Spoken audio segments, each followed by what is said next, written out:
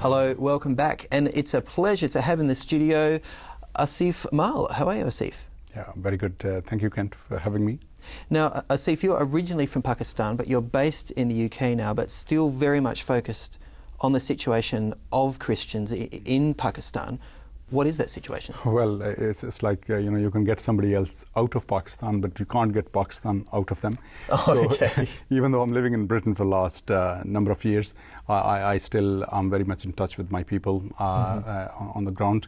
And yes, I still, my heart goes out to them, to their suffering, to the discrimination that they face on a day-to-day basis, and the persecution that they face, and the false charges of blasphemy that they have to face, and about 300 of them currently languishing in prisons. Wow. And the number of Christian girls who, due to poverty, working in the homes of more affluent Muslims, and the life is very difficult for them. Obviously, they're obviously verbally, physically, and often sexually abused as well. I guess they're very vulnerable there, yeah. Being away from their normal families. Correct. Yeah, wow. On the news, when we hear a story about Pakistan, it's invariably bad.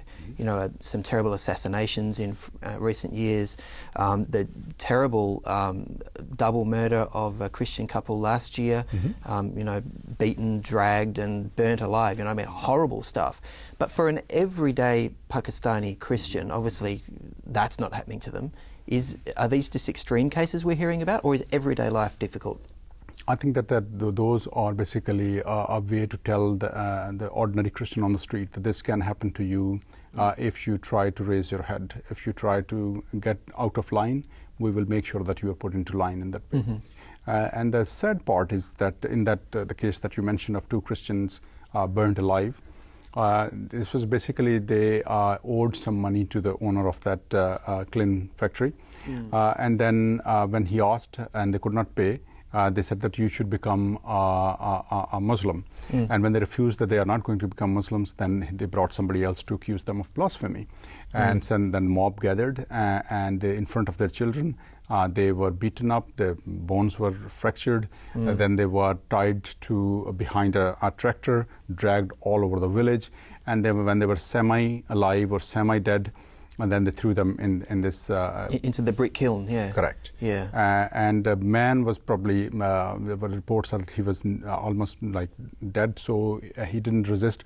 But the woman was still trying to come out, and they had these long kind of sticks. And they were, with them, they were trying to push her back. Oh, and that's terrible. And yes, and when local Christians went eventually, and all they had was just some burnt bones that were left. And that happened in front of their 3 children. The oldest one is probably 6 years of age. Wow. So the fact that Pakistan has these blasphemy laws that says you can't speak against God, you can't speak against the prophets, including Muhammad, you can't destroy or deface a holy scripture. It seems like a good idea, but it's being used to settle personal grudges and as a weapon, really, isn't it? Absolutely. It's used to settle personal score, personal vendettas, not let anybody be elevated in their job or in their business.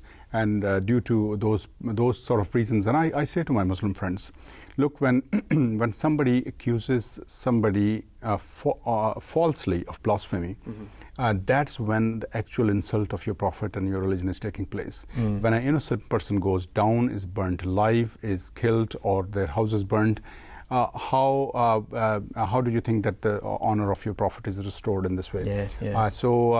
And then you see the blasphemy, the definition of blasphemy in any dictionary in the world is to insult God. Yes. And to saying that insulting the Prophet of Islam, the Prophet Muhammad, is blasphemy, is blasphemy itself, because in not so many words. Because it's elevating a human to the status of God, yeah. Because in not so many words, but basically you're saying that Muhammad is God, and that's blasphemy. And so the blasphemy law of Pakistan is blasphemous itself, and for that reason alone, it should also be condemned. But obviously many people are being killed due to it, and so I think that all people all over the world having even an iota of conscience should come out and condemn it and play their part in removing it. Well, look, I don't sit in the Pakistani parliament. You don't either, Asif. What can you and I do about, unjust laws in somewhere as far away as Pakistan? I think that you live in Australia, I live in the UK, and Pakistan is a country which is very heavily reliant on Western aid and trade. Yes. And so if we talk to our governments and say that you need to link all our aid, both military and economic,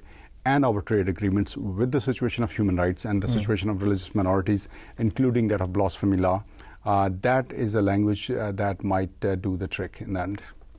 Okay. Well, there's a challenge for us to, get on to our own legislators about that topic. Thanks so much for your time today. Most welcome. Thanks for having me. We'll be back in just a moment.